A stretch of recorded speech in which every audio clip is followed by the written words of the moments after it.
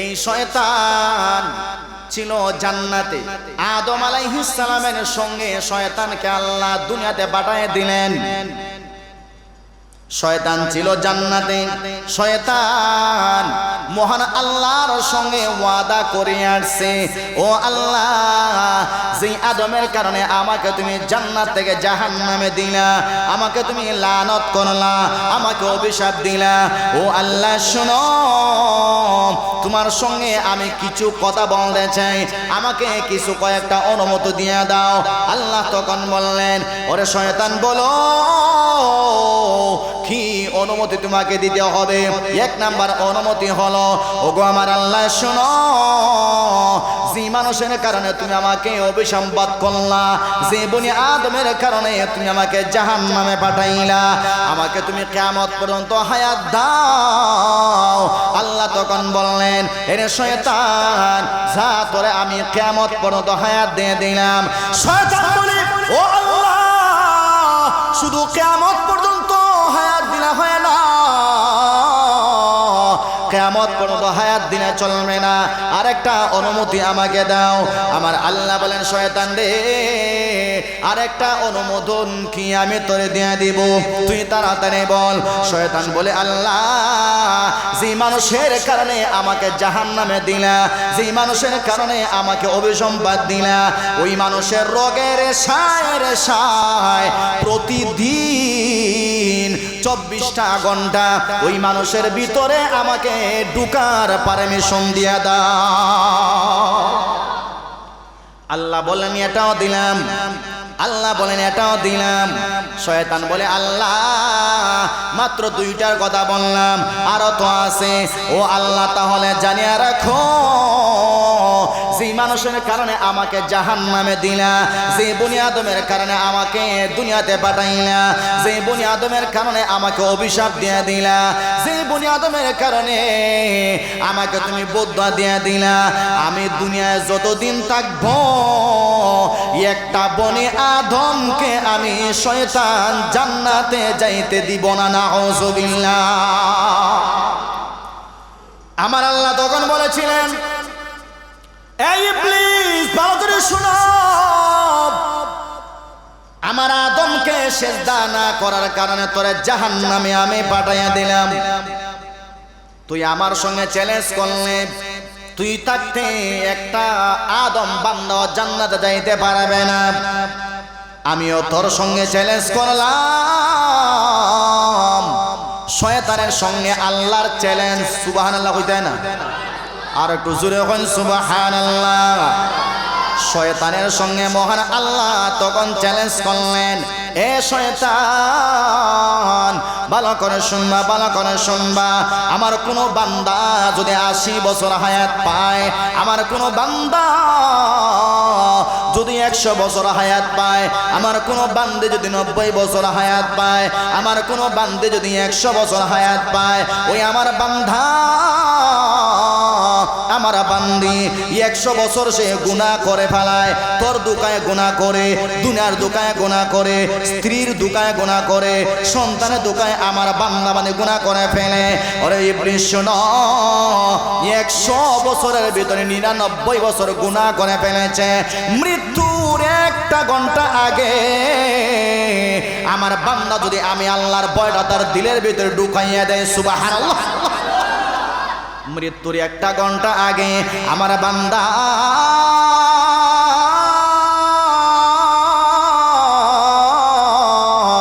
যদি আমার বয়টা, আমি আল্লাহর বয়টা তার দিলের ভিতরে ঢুকাইয়া দেয়, ওরে ইবলিস শোনো, ওই 1টা ঘন্টা আগে যে আমি আল্লাহর নামটা আমার বান্দা নিয়ে আনিছে, ওই 99 বছর আমার বান্দা নামাজ পড়ে নাই, আমার বান্দা রোজা রাখে নাই, আমার বান্দা হজ করে নাই, আমার বান্দা যাকাত দেয় নাই, আমার বান্দা গাঞ্জা খাইলো, আমার বান্দা ঘুষ খাইলো, আমার বান্দা এবার সুদের কারবার করলো, 99 বছর করেছে। মৃত্যুর আগে 1টা ঘন্টা আমি আল্লাহকে চিনল, এবার তার চোখের পানে ফালাইয়া 2টা হাত তুলিয়া আল্লাহর কাছে এবার তওবা করলো, ও আল্লাহ, আমাকে এত লম্বা হায়াত তুমি দিয়ে দিলা, 99টা বছর আমি কাটায় দিলাম নাচ গানের পিছনে, হাউজি বাম্পারের পিছনে, বেগানা নারীদের পিছনে, সুদ খাইয়া ঘুষ খাইয়া, নামাজ না পড়িয়া, রোজা না রাখিয়া। ও আমার আল্লাহ শোনো, আমি এবার বুঝ হয়ে গেছে, আমি আর বেশি দিন বাঁচব না। আমার মনে হয় আমার পা এবার চলে না, আমার চোখ এবার চলে না, হাত এবার চলে না, আমার কোমরে এবার তেমন কাজ করে না। আমার 100 বার বুঝ হয়ে গেছে আল্লাহ, তুমি ছাড়া আমার রক্ষা করার কেউ নাই, তুমি ছাড়া জাহান্নাম থেকে বাঁচানোওয়ালা কেউ নাই, তুমি ছাড়া কবরের আযাব থেকে বাঁচানোওয়ালা কেউ নাই। আমি তোমার দরবারে মাফি চাই, ও আমার আল্লাহ মেহেরবানি করে আমার গুনাহ মাফ করে দিয়ে দাও। আল্লাহ রাব্বুল আলামিন আবার বলেন, এই ইবলিস ভালো করে শোনো, 99 বছর গুনাহ করার পর ওই একটা ঘন্টা আগে যদি আমার বান্দা আমাকে চিনতে পারে, আমাকে চিনিয়া যখন তওবা করে, আমি আল্লাহ বললাম, আমি আল্লাহ বললাম, আমি আল্লাহ বারবার বললাম, তোর সঙ্গে আমি আল্লাহ চ্যালেঞ্জ করলাম, ওই একটা মিনিটের তওবাকে আমি আল্লাহ কবুল করিয়া আমার গুনাহগার বান্দা 99 বছরের গুনাহ মাফ করে দিয়া আমি আমার বান্দাকে আমার শান্তির জায়গা জান্নাতের মালিক বানায়া দেয়া দেব। আপনার ভিতরে যদি মহান মালিকের ভয় না থাকে, আপনি মুসলমান হইতে পারবেন না। আমার ভিতরে যদি মহান আল্লাহর ভয় যদি না থাকে, আমিও খাঁটি ইমানদার হইতে পারবো না। একজন মানুষকে মহান আল্লাহ কখন ওলি বানায়, কখন একজন মানুষকে মহান আল্লাহ ওলি হিসাবে কবুল করে, মহান আল্লাহ যখন দেখেন বান্দার ভিতরে আমি আল্লাহর ভয়টা আছে, কেমন ভয় বান্দার ভিতরে পাওয়া যায়। মাগরিবের আযান হয়ে যায়, বান্দা ব্যবসা তালা মারিয়া এবার আল্লাহর নামটা নেওয়ার জন্য মসজিদও ঢুকিয়া যায়, আযান হয়ে যায়। বান্দার ভিতরে মহান মালিকের ভয়টা থাকার কারণে সবজির দোকান লাগাইয়া বান্দা সুন্দর করে ওযু করিয়া মাথায় টুপি দিয়া মহান আল্লাহর ভয়টা দিলের ভিতরে নিয়া এবার মসজিদে ঢুকিয়া যায়। মসজিদে ঢুকিয়া গিয়া মহান আল্লাহর কাছে তওবা করিয়া বলে, ওরে আমার আল্লাহ,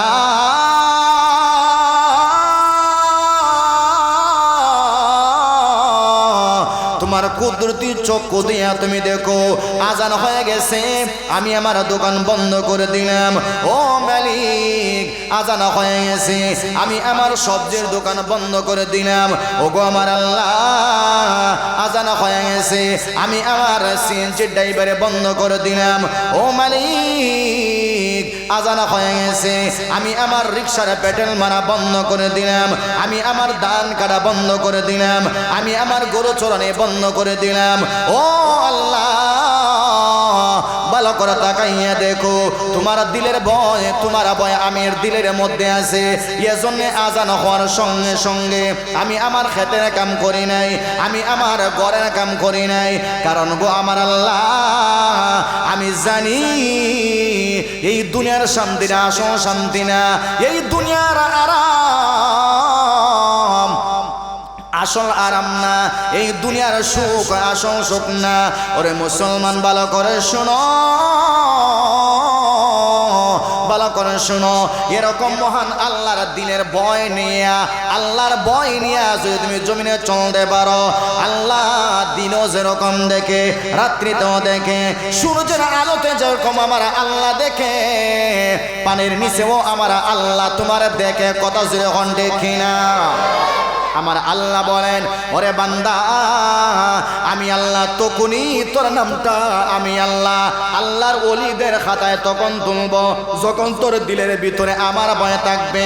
আমার ভয় কখন আমি আল্লাহ তোর কাছে আমি পাইব।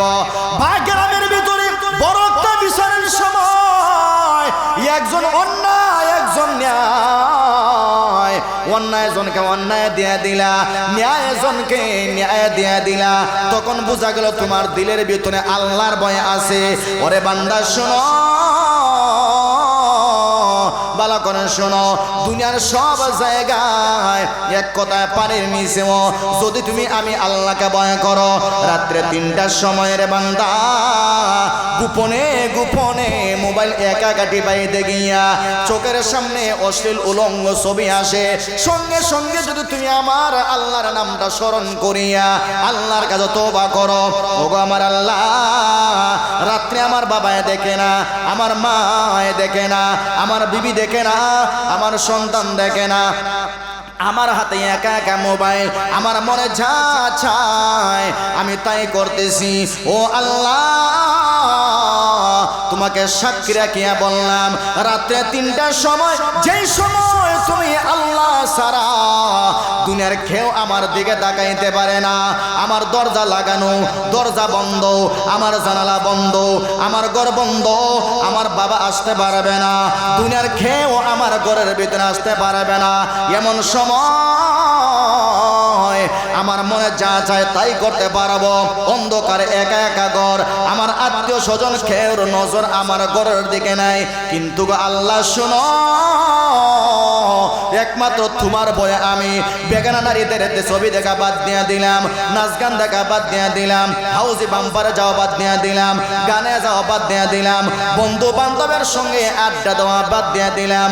ও আল্লাহ, তোমাকে আমি সাক্ষী রাখি ওয়াদা করলাম, আজকে তোমার ভয় আমার দিলের ভিতরে আমি ঢুকাইলাম, আজকে তোমাকে আমি সাক্ষী রাখলাম, জীবনে যতদিন তুমি আমারে বাঁচাইবা আমি ওয়াদা করলাম, তোমার ঘরে বসিয়া অথবা আমার ঘরে বসিয়া রাত্রে 3টার সময় যদি মহান আল্লাহর কাছে তুমি ভয় করিয়া আল্লাহর ভয়টা দিলের মধ্যে রাখিয়া এরকম এরকম গুনাহ থেকে বাঁচতে পারো রে ভাই,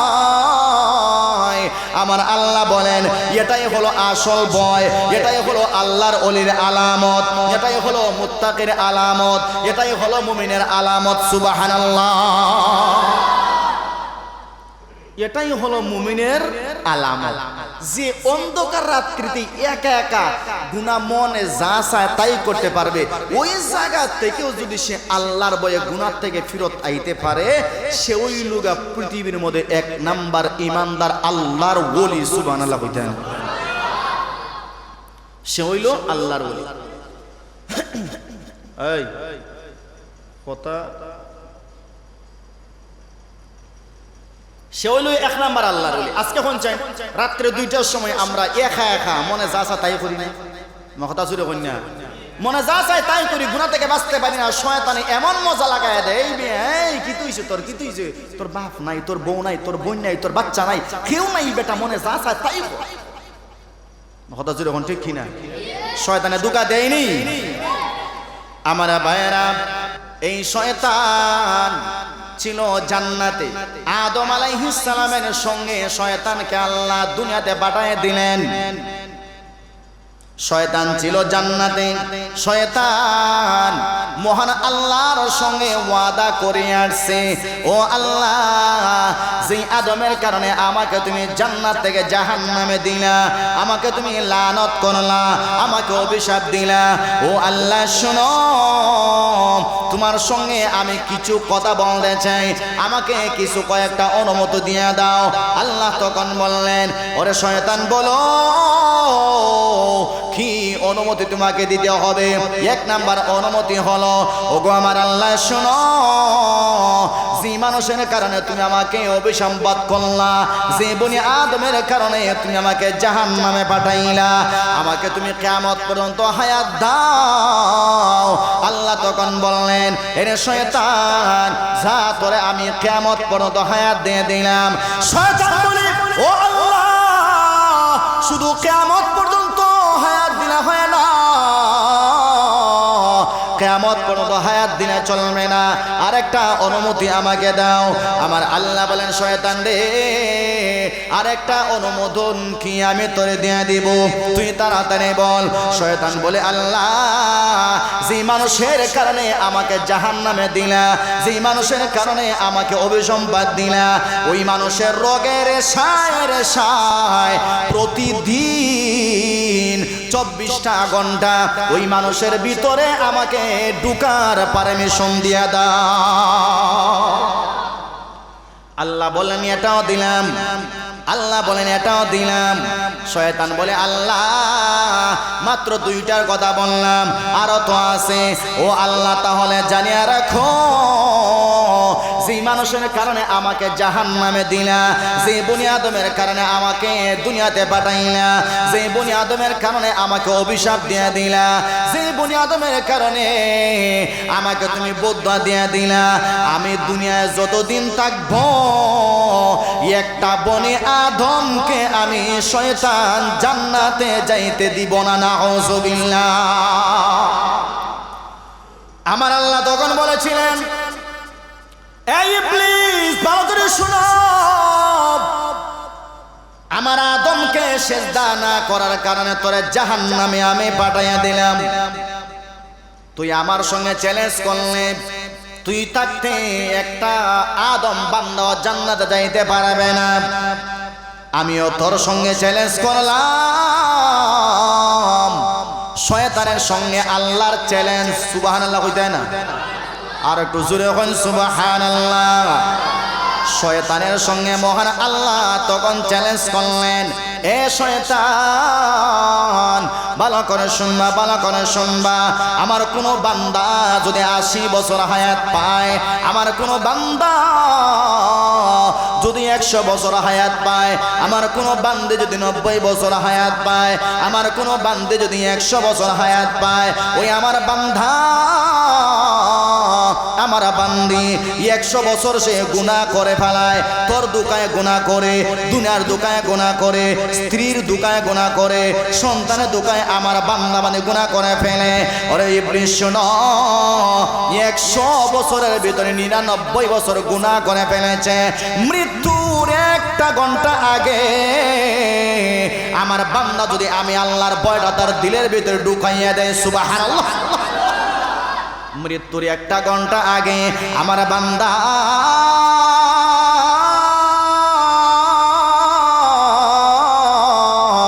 যদি আমার বয়টা, আমি আল্লাহর বয়টা তার দিলের ভিতরে ঢুকাইয়া দেয়, ওরে ইবলিস শোনো, ওই 1 ঘন্টা আগে যে আমি আল্লাহর নামটা আমার বান্দা নিয়ে আনিছে, ওই 99 বছর আমার বান্দা নামাজ পড়ে নাই, আমার বান্দা রোজা রাখে নাই, আমার বান্দা হজ করে নাই, আমার বান্দা যাকাত দেয় নাই, আমার বান্দা গাঞ্জা খাইলো, আমার বান্দা ঘুষ খাইলো, আমার বান্দা এবার সুদের কারবার করলো, 99 বছর করেছে। মৃত্যুর আগে 1 ঘন্টা আমি আল্লাহকে চিনল। এবার তার চোখের পানে ফালাইয়া 2টা হাত তুলিয়া আল্লাহর কাছে এবার তওবা করলো, ও আল্লাহ, আমাকে এত লম্বা হায়াত তুমি দিয়ে দিলা, 99টা বছর আমি কাটাইয়া দিলাম নাচ গানের পিছনে, হাউজি বাম্পারের পিছনে, বেগানা নারীদের পিছনে, সুদ খাইয়া, ঘুষ খাইয়া, নামাজ না পড়িয়া, রোজা না রাখিয়া। ও আমার আল্লাহ শোনো, আমি এবার বুঝ হয়ে গেছে, আমি আর বেশি দিন বাঁচব না। আমার মনে হয় আমার পা এবার চলে না, আমার চোখ এবার চলে না, হাত এবার চলে না, আমার কোমরে এবার তেমন কাজ করে না। আমার 100 বার বুঝ হয়ে গেছে, আল্লাহ, তুমি ছাড়া আমার রক্ষা করার কেউ নাই, তুমি ছাড়া জাহান্নাম থেকে বাঁচানোওয়ালা কেউ নাই, তুমি ছাড়া কবরের আযাব থেকে বাঁচানোওয়ালা কেউ নাই। আমি তোমার দরবারে মাফি চাই, ও আমার আল্লাহ, মেহেরবানি করে আমার গুনাহ মাফ করে দিয়ে দাও। আল্লাহ রাব্বুল আলামিন আবার বলেন, এই ইবলিস, ভালো করে শোনো, 99 বছর গুনাহ করার পর ওই 1 ঘন্টা আগে যদি আমার বান্দা আমাকে চিনতে পারে, আমাকে চিনিয়া যখন তওবা করে আমি আল্লাহ বললাম, আমি আল্লাহ বললাম, আমি আল্লাহ বারবার বললাম, তোর সঙ্গে আমি আল্লাহ চ্যালেঞ্জ করলাম, ওই একটা মিনিটের তওবাকে আমি আল্লাহ কবুল করিয়া আমার গুনাহগার বান্দা 99 বছরের গুনাহ মাফ করে দিয়া আমি আমার বান্দাকে আমার শান্তির জায়গা জান্নাতের মালিক বানায়া দেয়া দেব।